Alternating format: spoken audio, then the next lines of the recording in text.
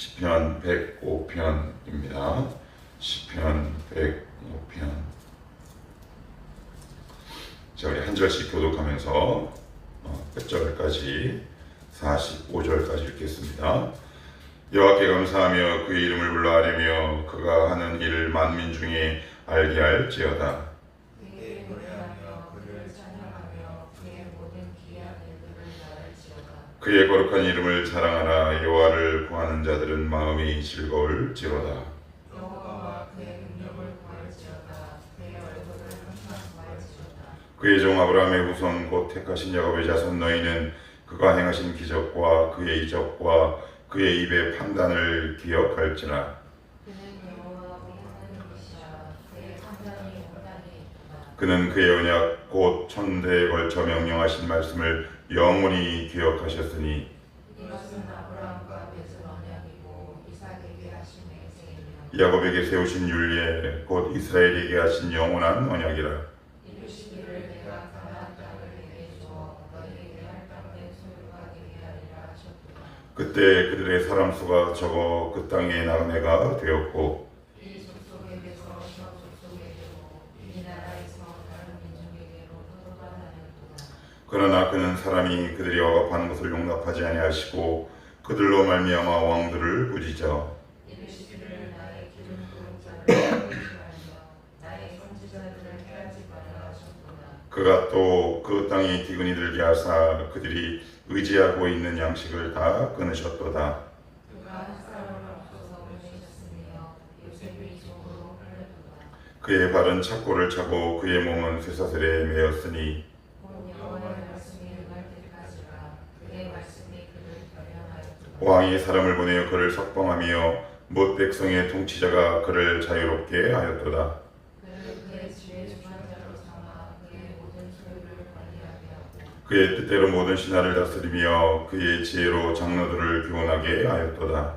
이에 이스라엘의 궁에 들어가며 야곱의 하나님의 나그네가 되었도다. 여호와께서 자기의 백성을 크게 번성하게 하사 그의 대적들보다 강하게 하셨으며 또 그 대적들의 마음이 변하게 하여 그의 백성을 미워하게 하시며 그의 종들에게 거활하게 행하게 하셨도다. 그리하여 그는 그의 종 모세와 그의 택하신 아론을 보내시니 그들이 그들의 백성 중에서 여호와의 표적을 보이고 하늘 땅에서 징조들을 행하였도다. 여호와께서 흑암을 보내사 그것을 어둡게 하셨으나 그들은 그의 말씀을 지키지 아니하였도다. 그들의 물도 변하여 피가 되게 하사 그들의 물고기를 죽이셨도다. 그 땅에 개구리가 많아져서 왕의 궁시대도 있었도다. 여호와께서 말씀하신즉 빨리때가 오며 그들의 온 영토에 이가 생겼도다. 비 대신 흑암을 내리시며 그들의 땅에 화염을 내리셨도다. 그들의 포도나무와 무화과 나무를 치시며 그들의 지경에 있는 나무를 찍으셨도다. 여호와께서 말씀하신즉 황충과 수많은 메뚜기가 몰려와 그들의 땅에 있는 모든 채소를 먹으며 그들의 밭에 있는 열매를 먹었도다. 또 여호와께서 그들의 기력의 시작인 그 땅의 모든 장자를 치셨도다. 마침내 그들을 인도하여 은금을 가지고 나오게 하시니 그의 지파 중에 삐뚤거리는 자가 하나도 없었도다. 그들이 떠날 때 애굽이 기뻐하였으니 그들이 그들을 두려워함이로다. 여호와께서 낮에는 구름을 펴사 덮개를 삼으시고 밤에는 불로 밝히셨으며 그들이 구한즉 메추라기를 가져오시고 또 하늘의 양식으로 그들을 만족하게 하셨도다. 반석을 여신즉 물이 흘러나와 마른 땅에 강같이 흘렀으니 이는 그의 거룩한 말씀과 그의 종 아브라함을 기억하셨음이로다. 그의 백성이 즐겁게 나오게 하시며 그의 택한 자를 노래하며 나오게 하시고 여러 나라의 땅을 그들에게 주시며 민족들이 수고한 것을 소유로 가지게 하셨으니 같이요. 이는 그들이 그의 율례를 지키고 그의 율법을 따르게 하려 하심이로다. 할렐루야. 아멘. 시편 105편은 작자는 미상인데 요 비슷한 내용이 이제 역대상 16장에 법궤 귀한시 불렀던 노래랑 굉장히 내용이 좀 유사합니다. 여러분들 우리가 한 절씩 교독하긴 했지만 이 내용을 보시면 모세오경의 전체 내용을 아우르는 내용이죠. 아브라함부터 가나안 진입까지 내용을 얘기합니다. 그러니까 창, 출, 레, 민, 진을 지금 1절로부터 45절까지 내용을 쭉 관통하면서 하나님의 뜻이 어떤 것인가를 쭉 얘기하고 있습니다. 그리고 앞부분은 어떻게 시작하느냐? 하나님을 찬양하라, 찬양으로 이렇게 초청하는 겁니다. 그냥 찬양하라가 아니라 하나님은 분명히 찬양받으실 만한 이유가 있다. 자, 그러면 왜 이렇게 초청하시고 그 이유가 어떤 것인지 한번 차분히 살펴봅시다. 자, 1절은 이렇게 열고 있습니다. 여호와께 감사하고 그의 이름을 불러하려며 그가 하는 일을 만민 중에 알게 할지어다. 만민 중에 나만 아는 것이 아니라 다른 사람도 알아야 된다라는 이야기는 무슨 얘기냐? 그만큼 자랑스럽다라는 겁니다. 하나님은 여러분들에게 누군가에게 자랑할 수 있는 자랑스러운 일들을 지금도 행하고 펼쳐가기 시작하십니다. 근데 우리는 이게 이제 우리가 구하는 것들 대부분은 나만 기뻐할 수 있는 것들입니다. 그러나 하나님은 우리가 구하는 것이나 원하는 것 외에 더욱더 능히 넘치도록 하시죠. 그러니까 이 본문을 빗대어 설명을 드리자면 나도 기쁘고 남들에게 자랑할 수 있는 진짜 기쁨을 우리에게 허락하시고 그런 소원을 이루시는 분이 바로 하나님이다. 그러니 자랑하라 이렇게 말하고 있죠. 그러면서 3절은 이렇게 얘기합니다. 그의 거룩한 이름을 자랑하라. 여호와를 구하는 자는 마음이 즐거울지로다. 이렇게 되어 있습니다. 여러분들 여호와를 구하고 계십니까? 아니면 지금 구하고 있지 않습니까? 마음이 괴로우십니까? 성경은 단호하고 분명하게 이렇게 얘기합니다. 하나님을 구하라. 그러면 네 마음이 즐거울 것이다 라고 얘기합니다. 왜 예배가 즐겁지 않을까요? 왜 기도가 즐겁지 않을까요? 목적의식과 우리의 자세가 어떤지를 살펴보셔야 합니다. 나는 분명히 지금 하나님을 구하러 갔는데 내 마음이 즐겁지 않다면 나의 기도는 과연 지금 누구에게 향하고 있는 것일까? 나는 지금 하나님 앞에 과연 서 있는 것인가? 나의 신앙과 기도의 자세와 태도를 점검할 수 있어야 하죠. 내가 정말 하나님을 만나는 감격이 있다면 하나님 앞에 서는 그 행위 자체가 나에게는 즐거움일 수 있다.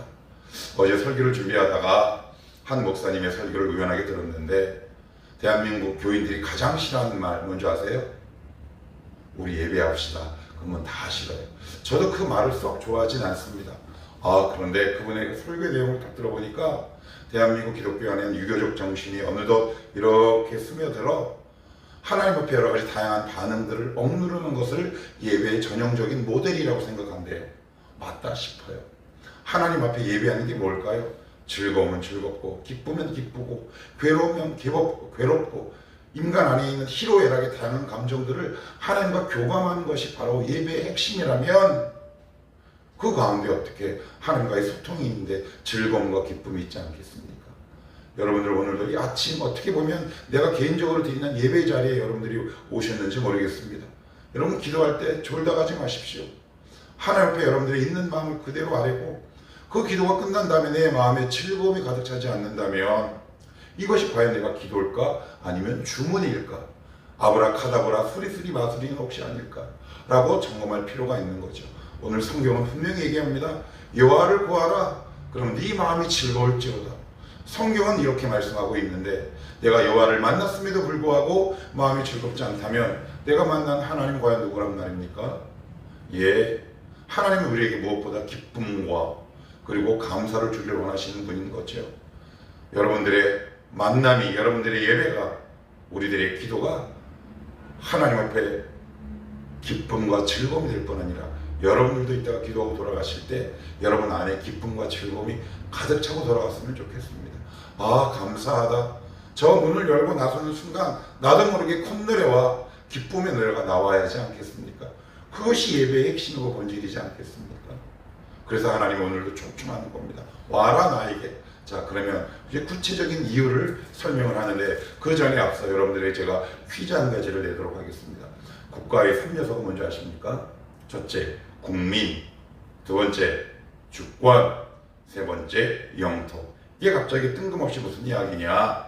이 이야기, 이 세 가지 이 단어가 여기에 쭉 나오기 때문에 그렇습니다. 무슨 의미인지 한번 쭉 봅시다. 자, 어디를 보시냐면 9절입니다. 자, 9절 시작. 이것은 아브라함과 맺은 언약이고 이삭에게 하신 맹세이며. 처음 하나님이 창세기 보시면 이렇게 얘기하죠. 너 눈을 들어 하늘을 보라. 네 자손을 이 무별과 같이 많게 하겠다. 그러나 그 말씀을 들은 사람은 몇 명입니까?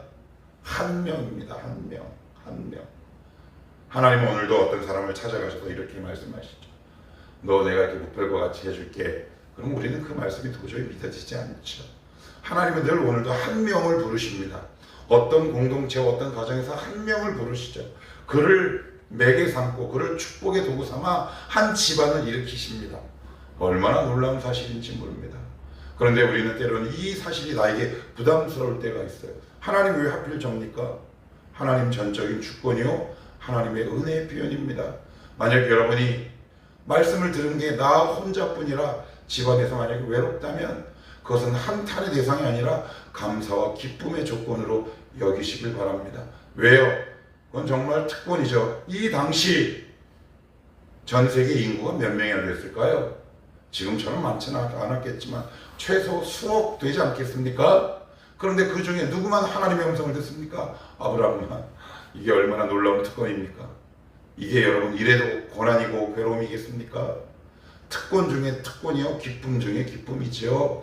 아, 하나님이 이 작은 자를 통해 이 나라를 세우는 하나님의 모퉁이 돌이요 기초속으로 삼으시겠구나 라는 특권이 있는 겁니다.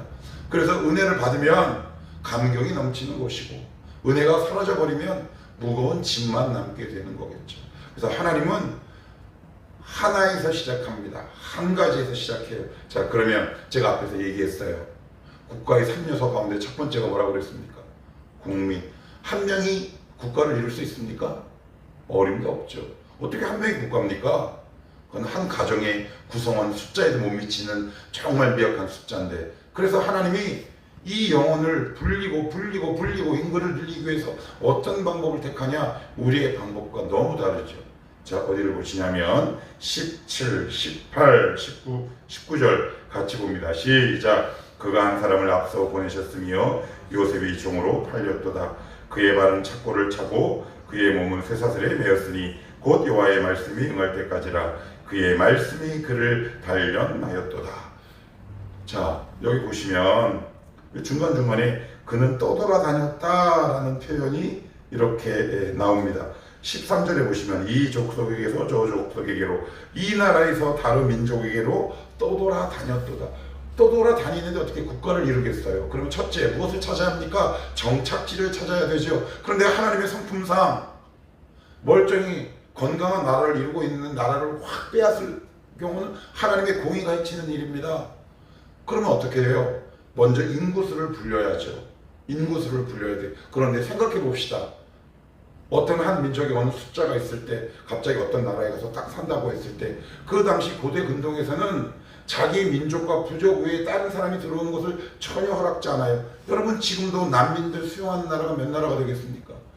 수천 년이 지난 지금도 외부와 이방 민족에 대한 경계심이 지금도 이렇게 높은데, 수천 년 전에 문화와 언어와 그리고 사고와 가치 체계가 다른 또 다른 민족을 수용할 수 있겠습니까? 그래서 하나님이 택하신 방법이 뭐냐? 요셉을 먼저 애굽에 보내는 겁니다. 그를 연단하죠. 여기서 단련이란 표현이 나오는 18절은 창자를 꿰뚫는 표현입니다. 하나님은 어떤 집단을 구원하시기 위해서 한 영혼을 세우시는데 그냥 세우는 것이 아니라 한 영혼을 그 집단을 이끌 수 있을 만한 수준에 이르도록 하기 위해 그를 혹독하게 연단하십니다.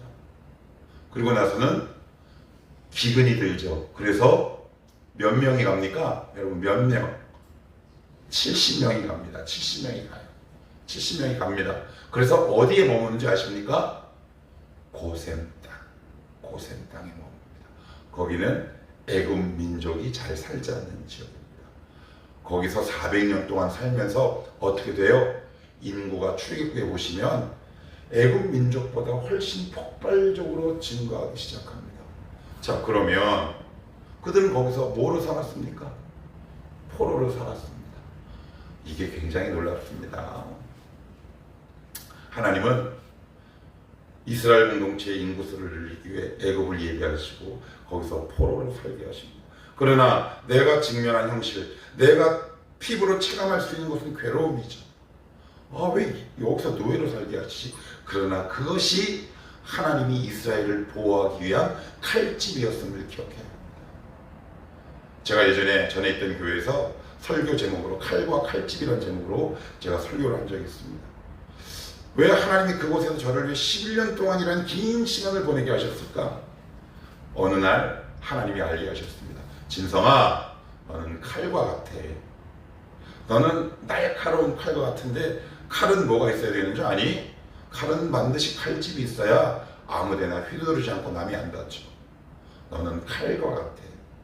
아, 그렇구나. 나를 보호하시기 위하여. 한 3년 동안은 굉장히 힘들었습니다. 언제 다른 곳으로 보내주시겠습니까? 언제 다른 교회로 저를 사역으로 하시겠습니까? 더 노골적으로 얘기하면 저는 이 교회랑 제 옷이 맞지 않습니다. 그러나 하나님이 이렇게 말씀하셨습니다. 아니야, 이곳이 너와 잘 맞아. 그래서 거기서 저는 오랫동안 제 표현입니다. 푹 썩었죠. 내 썩은 것이 아닙니다. 거기서 저의 인격이 자랐습니다. 거기서 하나님의 안전한 보호를 받게 되었습니다. 그래서 오늘 이 자리에 설 수 있는 거죠. 때로는 나를 괴롭히는 상황이 여러분을 보호하는 환경이 될 때가 있습니다. 그러나 그 당시에는 모릅니다. 그곳을 지나봐야 그때 그 괴로움이 나를 보호하는 칼집이었음을 알게 됩니다. 만약 지금 여러분이 애굽에서 포로와 같은 상황에 있다면 하나님 나가게 해주시옵소서 라고 기도하지 마시고 이렇게 기도하셔야 합니다. 하나님, 이곳에서 저를 보호하시려고 하는 것 같은데 그것을 보게 하시옵소서. 지금 여러분 애국과 같은 노예 생활하고 계십니까? 이것 지긋지긋한 거 빨리 나가고 싶으십니까? 꿈 깨시라. 때가 돼야 나간다. 그 때가 언제냐? 이렇게 써 있습니다. 한번 봅시다. 24절입니다. 시작. 여기서 자기의 백성을 크게 번성하게 하사 그의 대적들보다 강하게 하셨으며 또 그 대적들의 마음이 변하게 하여 그의 백성을 미워하게 하며. 이게 무슨 얘기예요? 밀어내는 거예요. 이제 너 이상 여기 있으면 안 돼. 가. 나갈 때가 된 겁니다. 나라를 떠날 때가 된 겁니다. 그 직장을 떠날 때가 된 겁니다. 그 교회를 떠날 때가 된 겁니다. 여러분, 그 한 장소나 환경에서 떠날 때가 되면 내가 굳이 있고 싶어도 하나님이 뒤에서 등을 확 밀어내시죠. 그러니 여러분 혼자 끙끙대고 고민하지 마십시오. 이 때를 기다리지 못하니까 늘 우리의 삶 속에 착오와 오해가 있기 마련입니다. 지금 여러분들이 노예와 같은 상황에 있다면 그것이 뭐다? 하나님이 나를 보호하는 도구다. 그래서 지금 국민의 숫자가 늘려졌어요? 안 늘려졌어요? 늘려졌죠? 국가의 3요소 가운데 국민 확보됐습니다. 두 번째 뭡니까? 주권입니다. 자, 주권을 어떻게? 주권? 자, 봅시다. 무슨 이야기인지. 자, 여기 보시면 38절, 39절 시작. 그들이 떠날 때 애굽이 기뻐하였으니 그들이 그들을 두려워하미로다. 여호와께서 낮에는 구름을 펴사 덮개를 삼으시고 밤에는 불로 밝히셨으며. 무슨 이야기를 하는 겁니까? 광야 40년을 이야기하는 거죠. 그들은 어떤 상태로 나왔습니까? 노예가 가장 못하는 건 뭔지 아십니까? 주인의식입니다. 주권의식이 없는 거예요. 여러분, 노예에게 갑자기 나라를 준다고 해서 그 나라가 운용되겠습니까? 노예의 근성으로 통치할 텐데 그럼 그 노예의 근성을 빼야죠. 무엇을 연단하시겠습니까? 주권입니다. 주인의식을 갖게 하는 겁니다. 그래서 40년 동안 지체되는 시간이 있었던 겁니다. 이 모든 것도 이스라엘 공동체를 더 풍성하고 크게 하도록 지키기 위한 하나님의 극심한 호의라는 사실입니다. 하나님은 우리에게 주권이 무엇인지 배우게 하십니다. 그래서 거기서 수많은 실패를 거듭하게 하시죠. 그래서 원망, 그것을 통해 1세대가 죽게도 하시고요. 1세대의 죽음을 통해 무엇을 배우게 될까요? 공포와 두려움을 배울까요? 아니죠. 노예 근성을 버리는 법을 배우는 겁니다. 노예 근성으로는 한 나라의 주권을 갖고 있는 국민으로서 바르게 살아갈 수 없죠. 우리 안에는 노예 근성이 있단 말이에요. 이 세상에 노예 근성이 있습니다. 그래서 하나님이 우리에게 복 주시기 위해 지금 주권의식을 갖게 하기 위해 우리를 지금 광야에서 연단하시는 가운데 있습니다. 여러분, 어떨 때 빨리 그 광야에서 빠져나온 줄 아십니까? 여러분 안에 주인의식이 있을 때입니다. 주인의식이 있을 때. 자, 그러면 국가의 3요. 첫째가 뭐라 그랬습니까? 국민. 두 번째는요? 주권. 그럼 마지막 뭐 남았나요? 영토. 봅시다. 44절 시작. 여러 나라의 땅을 그들에게 주시며 민족들이 수고한 것을 소유로 가지게 하셨으며. 맨 마지막에 뭐 주셨어요? 맨 마지막에 땅 주셨죠? 땅 주셨어요. 근데 우리는 가장 먼저 땅을 달라고 얘기합니다. 아니요. 먼저 하나님의 사람 되는 겁니다. 노예가 아니라 주인의식을 가지며 살아갑니다. 그런 사람이 그 땅에 살아갈 때 복이 되는 겁니다. 그래야지 진짜 하나님 나라의 국민으로 살아갈 수 있지 않겠습니까? 근데 우리는 여전히 노예 근성으로 땅 달라고 얘기합니다. 물질에 있어서 거지처럼 살아가는데 돈 달라고 얘기합니다. 어불성설입니다. 여러분, 그 물질을 하나님 나라의 국민으로서 건강하게 행사하며 살아갈 자신 있으십니까? 우리는 우리의 실력을 알죠. 저도 아는데 하나님 왜 모르시겠습니까? 우리의 거지 근성을, 몇 푼 들어오면 절절매는 우리의 거지 근성을 왜 모르시겠습니까? 땅을 맨 마지막에 두시죠. 맨 마지막에 주십니다. 정리합시다. 그러면서 그럼 이렇게 한 나라를 이루시게 한 이유와 목적이 뭐냐? 그것이 바로 45절에 그렇게 써 있습니다. 이걸 읽고 마치겠습니다. 45절입니다. 시작. 이는 그들이 그의 윤례를 지키고 그의 율법을 따르게 하려 하심이로다. 할렐루야. 결국 그 사람을 만들고 주인의식을 갖게 하고 땅을 주는 이 모든 최종 목적이 뭐냐? 하나님 말씀에 순종하며 살게 하기 위해 이것이 목적입니다. 또한 하나님이 어떤 분인 줄 배우게 하는 것이 하나님의 최종 목적이죠. 그래서 지금 여러분들 광야에 있으십니까? 거기서 여러분들 이거 배우셔야 합니다. 순종의 법을 배우셔야 합니다. 하나님이 어떤 분인가를 배우셔야 합니다. 그렇지 않고는 저 땅은 점점 멀어질 뿐입니다. 기억하십시오. 여러분들 지금 애굽에서 나오고 싶으십니까? 아이고 이 지긋지긋한 이 회사, 아이고 이 지긋지긋한 교회, 아이고 이 지긋지긋한 여기 기억하셔야 합니다. 나갈 때가 되면 어떻게 한다? 하나님이 그런 환경을 조성하고 누군가가 나를 거기서 등을 떠밀죠. 미워합니다. 막 미워요. 막 나가지 말라고 막 제가 그랬어요. 나가고 싶을 때는 하나님이 살짝 움직여 주시옵소서. 하나님이. 그런데 때가 되니까 환경이 저를 쫙 밀립니다. 그때 그렇구나. 하나님 우리에게 가장 좋은 것 주시는 분입니다. 조금 속된 표현 하겠습니다. 까불지 마시고 그 때를 기다리며 하나님의 사람으로 준비되십시오. 때가 되면 하나님이 우리에게 국민, 주권, 영토 이 세 가지를 주셔서 거대한 하나님의 나라 왕국을 이루게 하시는 하나님의 축복이 여러분들 앞에 있을 겁니다. 이 사실을 믿어내는 오늘 하루의 삶이 되시기를 축복합니다. 기도합시다. 하나님 고맙고 감사합니다.